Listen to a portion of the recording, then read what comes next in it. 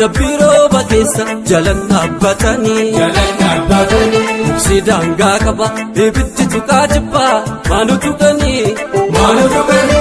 Oromo galana galana nitsani galana nitsani galana Oromo galana galana nitsani galana nitsani galana Sikijala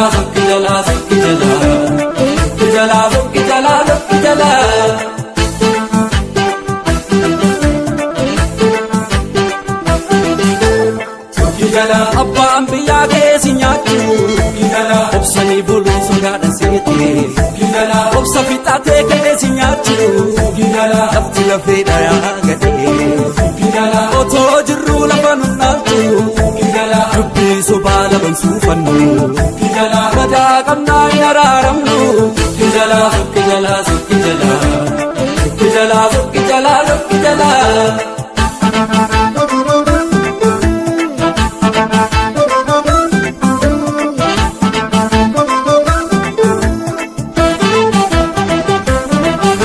Sodatu duano lulu bakeruna Dupingura nubute garanu bubatada Kampala feguracha kudama bodu Finfinne godambada hinkenwe numato Kama na uchine kalo kabaduloni Amma tadu bintara Kaye kote bulani Sulfana kawalani Mukana karagara Oto warate kabur Kadana kubakara Mungu maranchitu Nagaram talola gero Konsera walabdata Isatu gafaruro Konsera walabdata Munga faruro Chejali me Chejali bullode Chejali tiyafal Warani dinake Chejali me Ningila faya Kumalo bolake Chaban sodatu Lupu marar fatare Oto gafarsi jiru lechi margade dare gurbaim Marata marin kabu kulo marateka sukamna yona masarma Marata marin kabu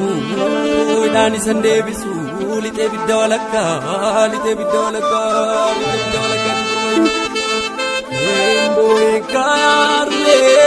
Boy kana gota dese Gota tu biyafdu elmike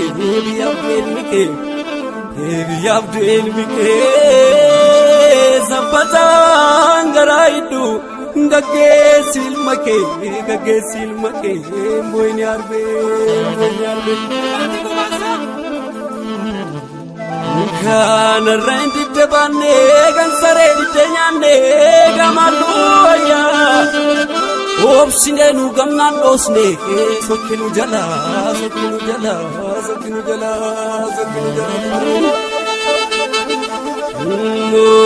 galana gabagutum bekani Jabiro bagesa gagawe jalana batani Jabbi gagawe kesa jalana batani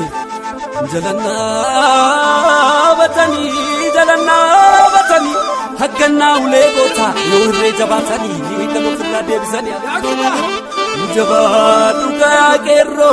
debisumake